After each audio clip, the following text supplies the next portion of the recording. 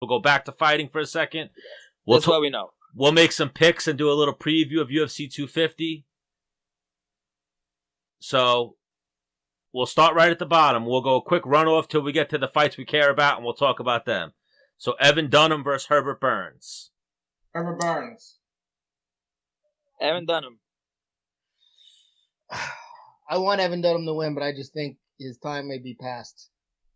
I'm going to take Burns and put money on it. All right. Devin Clark versus Alonzo Menafield. Devin Clark. Menafield. I don't know them. Devin Clark is John Jones's boy. Oh, okay. So we'll go with him. Okay. Jussier Formiga versus Alex Perez. Formiga. Did it take a fight off here? Oh, no. Charles Boyd versus Maki Patolo. Don't know. Maki. No. Yeah, I don't know either. That's one of those ones where you go with whichever name you think's cooler.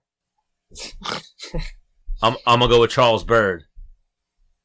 Oh, I'm going. Wait, Bird. I know Charles Bird. He was on Contenders. Yeah. I'm gonna go with Bird just because I remember him from Contenders. So now, even this fight, I found some news today that kind of changed, like what we were talking about the other day, Menace. Cody Stamann versus Brian Kelleher. Cody Stamann, his brother died like a week ago. And he's still going through with the fight. Yeah.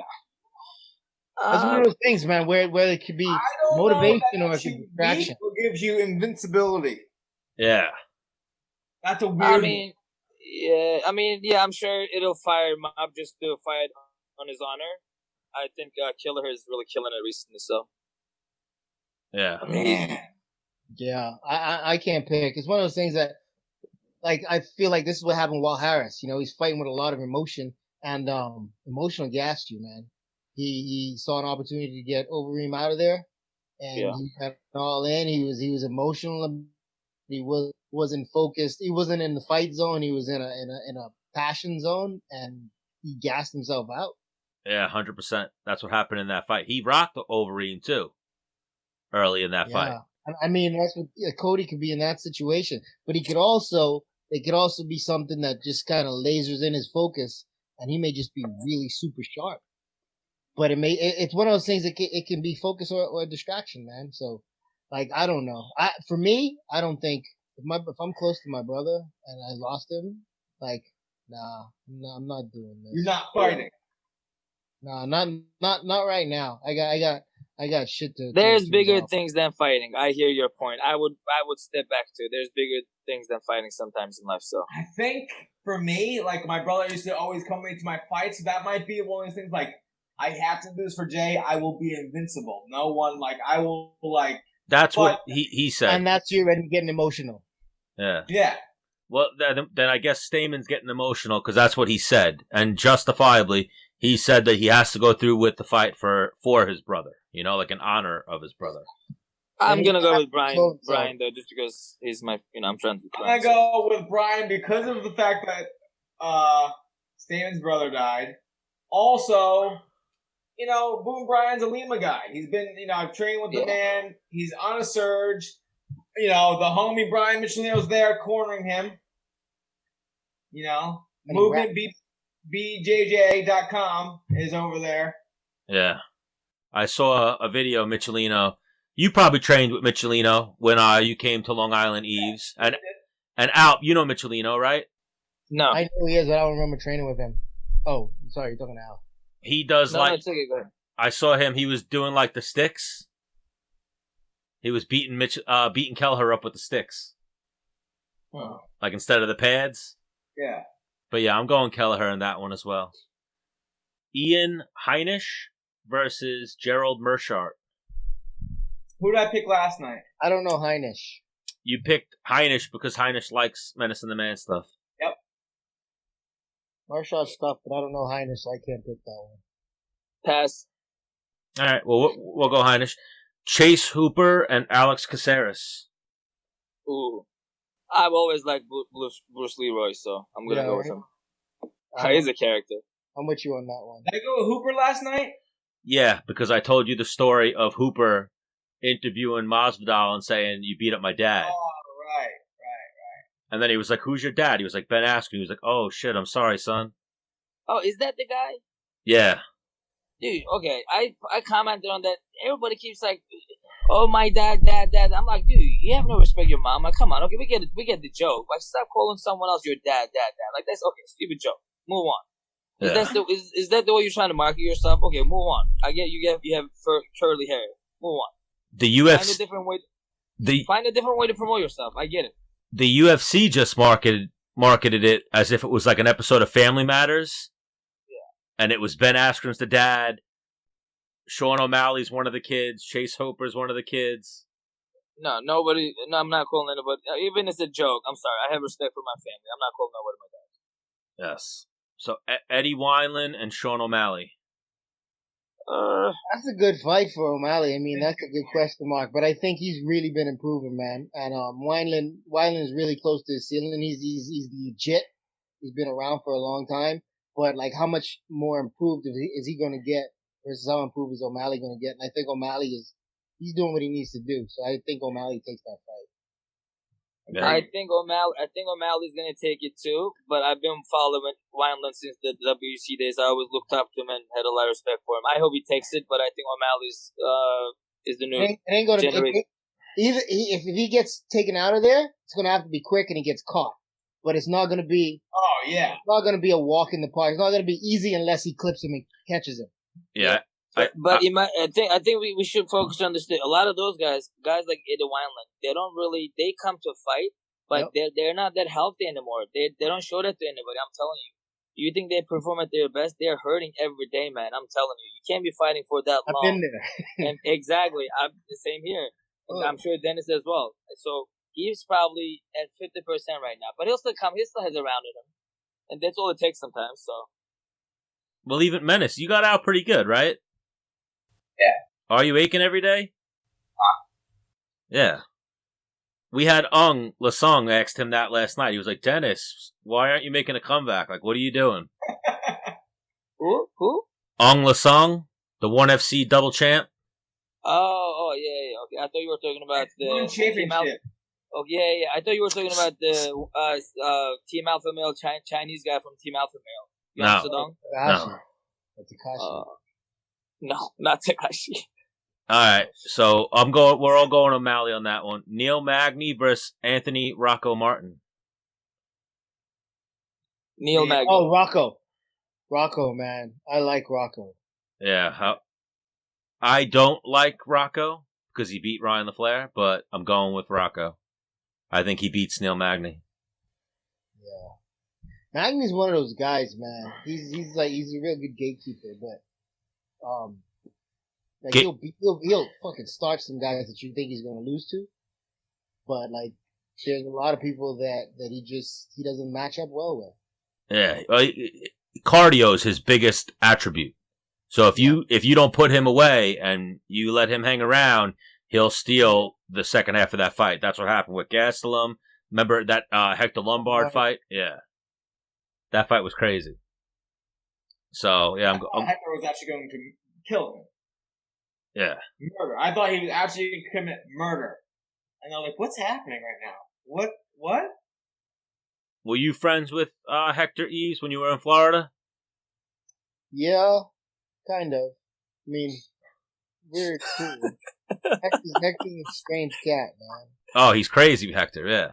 Like Hector, so there was this two scenarios. One, I'm talking to Hector, and we're just having a conversation. He sees this kid, and he goes, "Hey, motherfucker, come here!" And he just goes off on this kid, and he turns back to me, and it's like, "Hey," I'm just like, "Whoa!" And then there's this other time, Mike Brown calls me over. Mike is like, "Hey, Eve, come over here, man, come over here." Hector, tell him what you said. And Hector was trying to tell me how this is crazy. Hector was trying to tell me how Michelle Obama was a man, and I need to give him proof. Wasn't. And I'm like, bro, you got to give me proof. I don't even fucking care. Why are you making it like you don't want to come up with some outrageous fucking thing? I have to show you. I've heard that conspiracy that she's a man. Really? That's the stupidest conspiracy. That's the stupidest one of them. Biggest piece of racism. It's a joke. Yeah, it's like a racist joke, actually. Yeah, that's not funny. But yeah, it's not. Hector Hector's a big Menace and the Man fan, and we actually joke and we say he's our political correspondent. Hector is Hector, bro. Hector is fucking smart too, but he's like if you sit down and talk to Hector about you stay away from politics, like you really see how smart that dude is. Bro, He loves politics. he's so deep into politics right now. When we ask him to come on, he's like, "Can we talk about Bernie Sanders and politics?" We're like, "Yeah, sure." Oh, I'm so down to that kind of stuff, dude. I should have been a politician. I just don't want people to hate me. That's why I'm not getting to that point. Yeah, I'm so into it. You have no idea. yeah. So I hate them all. And we have I hate them all. I like being aware. I'm Yeah. not supporting anybody. I like knowing everything, but I'm not up for anybody. I don't support anybody. I just like knowing everything. It's the reason why you don't support anybody is because of what you know. Yeah. Exactly. That's why I want to know. We have a few funny Hector stories. One where he tried to beat me up or was about to beat me up at a CES event in New York. We won't get to that one.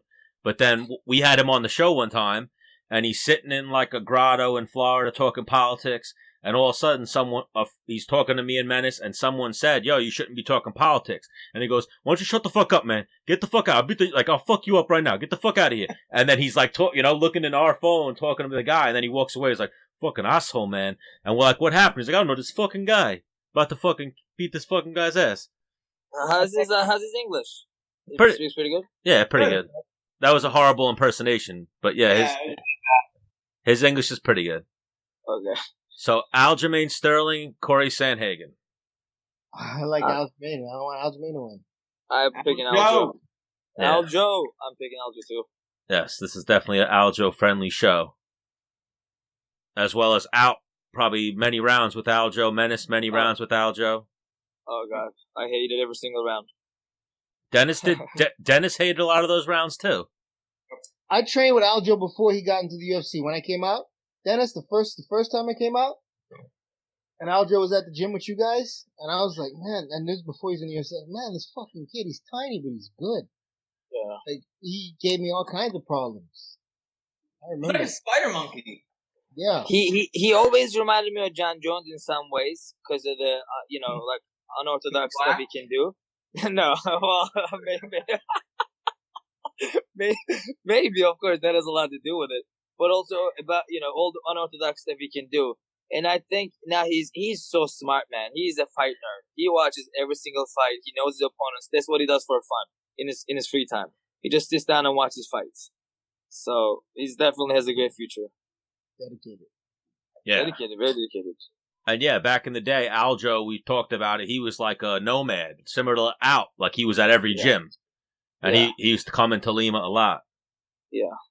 But yes, we're all going to Aljamain.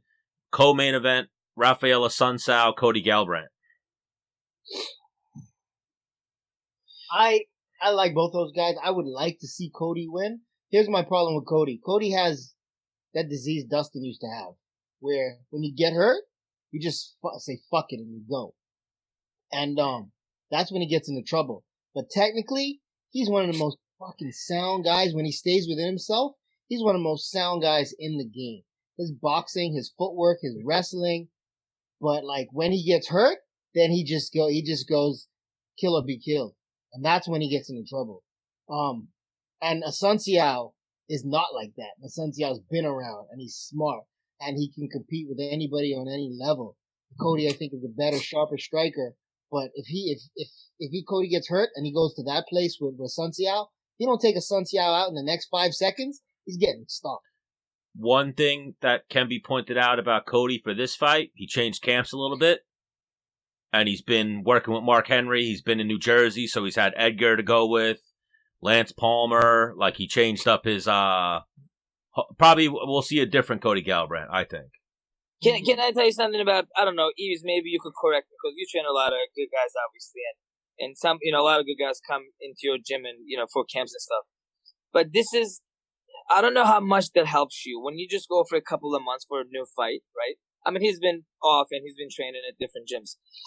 Scientifically, it takes about 6 months to change your body mechanics and being able to do some of those things as muscle memory, right? So how much is that going to play in factor? I think he's been there for a minute.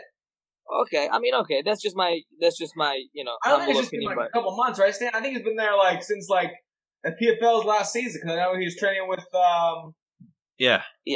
But and then look, they go to a new gym for let's say 4 months, 5 months, whatever, for a camp. They win, they give a shout out to that gym, and then they lose the next fight. Then what happens? You know what I mean? How much is that new gym helping you actually?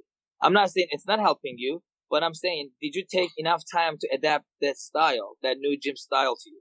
Because you need hours and hours, hundreds of hours in the gym to make the muscle memory, right? That game plan. Like you just go in there and say, okay, this round I'm gonna throw a 1-2-3 combo. It just has to come to you because you react to things in under less than a second. Here's what I'm gonna say on that. Sorry, real quick. Is like for me, one of the reasons why I kind of retired is like, man, I've been in the same gym. I'm just like tired. Kind of when you move to a new gym, it's like something's different people. It's kind of like all your senses get kind of heightened, and because you don't know exactly what to expect, and it's like kind of like refresh. It's like giving your car like a good car wash. Like it's like, yeah, my car's back to new again. I'm gonna go after Yves. Go ahead, Yves. I agree with what you said out. Here's the thing. You see guys go to a new gym and their first fight, win or lose, they look kind of like they did, but they don't look very sharp. And then the next fight, they look better. The thing about those guys with Mark Henry and them, I feel like they are really good at coaching and keeping you within yourself. So it's not a whole lot of new things when it comes to the fight. I feel like they implement their strategy and their style to your game slowly and what I'm using as a reference is like Lance Palmer. Like he came back to the PFL second season and his first fight, he'd been training with Frankie and those guys for that whole off season. He left Extreme Couture. But he looked a lot like Lance Palmer in that first fight. But he started to open up more in the second. And then the one after that. I feel like I've seen that. I can't remember who else that I would apply that to, but I feel like it may have been Edson Barbosa because he was going to ATT for a long time. And then he went up there. And now he's back at ATT. I think he's back at ATT now. Yeah. But I think they are good about that. And I feel like Cody Garbrandt would be similar. But I think Cody Garbrandt is the same guy. Now, can Mark Henry break that savage in him? Or not break it, but control that savage in him so he doesn't go off if he gets hurt. I think that's really the only thing you gotta do for that kid right now. He's just gonna constantly improve. Yeah. I agree with you, Yves. And about what you said, Dennis, for example, okay, so like you've been in the same gym for a long time. When you go to a new gym, that's more about the excitement you need. Like you don't want to go to this when you're at Lima, for example, great gym, right? But you've been in the same gym with the same partners for a long time. You don't wake up with the same excitement anymore to go to practice. Right. It's different. So that's sometimes a new gym comes in handy. Otherwise, I don't really think Mark Henry has a special sauce, if you ask me. Lance Palmer is a great guy he's going to be a champ anywhere he goes. It's just about motivating him and giving him little details here and there. That's my opinion.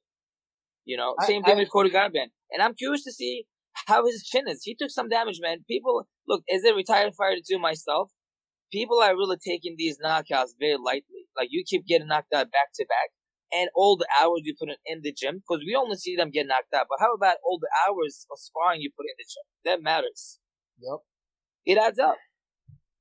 And you don't hear about that. You don't hear about times. You don't hear about that. Some of these guys spar 4 days a week. Yeah. And Cody's coming off 3 losses in a row. 2 to TJ and 1 to Pedro Munoz. All knockouts. And they were all knockouts. Yeah. All right. I'm going to go Cody, though. I think if you don't... I'm going Ascenso. But also that, if he doesn't adjust his style and learn from those 3 knockouts, then his career might be on a real downturn. Maybe it should be over. Just for you, bro. People take their health not very seriously. He's still young. Life to live. He's 28. He's still very young. Yeah, but you don't feel it now. When's the last time he's fought? He hasn't fought in a while either. Fought when Usman and Woodley fought. He fought last year. He fought Munoz, 2019. So a year for the brain to get unrattled, I think, is more than most people. Hey, CTE don't go away, bro. That shit stays with you when he's dead. We only yes, exactly. And we only think when you have a concussion, you only think when you have that headache, you have a concussion. Every single punch gives you a concussion. You don't have to feel them all. Look, this is the only place I promote right now and I vouch for. I've been personally going to a place called Advanced Hyperbarics. I go stay in the tank for about an hour. Look, everybody should look into it. Whoever has been hit and been in this fighting game or football game, whatever it is, this is a serious problem. Like, you may not feel it or see it today, but you need to go get your brain checked. It just gets worse. That's it. It just gets worse. I don't have any problem. Don't get me wrong. I don't have any problem. Knock on wood, thank God. But I want to see myself 20 years from today, still smart. I'm smart today. I like to be smart 20 years from today, too. So, I like to take precautions. I don't think this is something people should be taking lightly. Like, Chuck Liddell should have never been licensed to fight. What the fuck? Like Tito? Yeah, no. Are you kidding me? Like, Tito Ortiz is healthy. I see him often in Huntington Beach. He's healthy. He's a workhorse. But what I'm trying to say is, who the hell licensed Chuck Liddell? Who did it? They should have been illegal. That's against the law. Come on. It wasn't against. Like, who's gonna? Like, who? Yeah, come on. That's De La Hoya paid that. Yeah, I was gonna say because he's brain dead himself. That's why. Someone who got a bag of money. That's who licensed them. Yeah. He didn't make a lot of money. You mean? I know what you mean. Chuck Liddell didn't make a lot of money. I know what you mean, but yeah. So what do we got? Galbrandt or Asuncao? Galbrandt. I'm going Galbrandt. Asuncao. So Amanda Nunes, Felicia Spencer. Amanda. That's a tough one. Amanda. I'm being sarcastic when I say it's a tough one. Everyone's gonna go with Amanda. Yeah. Look, the Canadian chick is very tough, but Amanda's gonna take it. Menace. Like chicks ain't like you saw what she did to Cyborg. Chicks ain't even Cyborg ain't never been hit like that in an MMA fight. Like Amanda hits like a man. Yeah. Like she don't fuck around, bro. You ever move around with her? Little bit, but I never moved around with her live. But, I know dudes. We stop right there. Yeah, I know some dudes who've been hit by her and they're like, she hits like a man. I'm going Felicia Spencer. Wow. Yep. She's gonna make some money if she wins. I think she's like 5-1. Yeah. I think she pulls off the what upset. What do you throw at that? $50? Yeah, 50 gets you 250. I could do that. I feel like Amanda, when she won that title, especially, like she hit a different stride. You know what I mean? Yeah. When who did she lose to? Kat? After that fight with Kat, I think she started to put some things together, and when she won that title, she was just like, I'm not fucking stopping. She might be one of those kind of girls who she might retire and like holding on to those belts. Well, she's got a kid on the way. Yeah. So, I don't know, that could be another source of motivation for her. She is really family oriented. I don't know, man. Amanda's legit for real. She works hard as fuck. She's not taking this as a joke. Her life has been changed. And she appreciates that. Yeah. All right, so Yves, did Stan, you just had a daughter? yes, but we talked about it beforehand. Look at this guy, Yves. What the fuck's wrong with him? If I missed that, I just wanted to make sure I got it on. It's all good. No, I don't want to touch on it. That's just, Why don't you text him congrats? Yeah. I don't like posting stuff on the internet. Congrats. Nah, it's a joke that you missed earlier, Menace. We don't talk about kids on this show.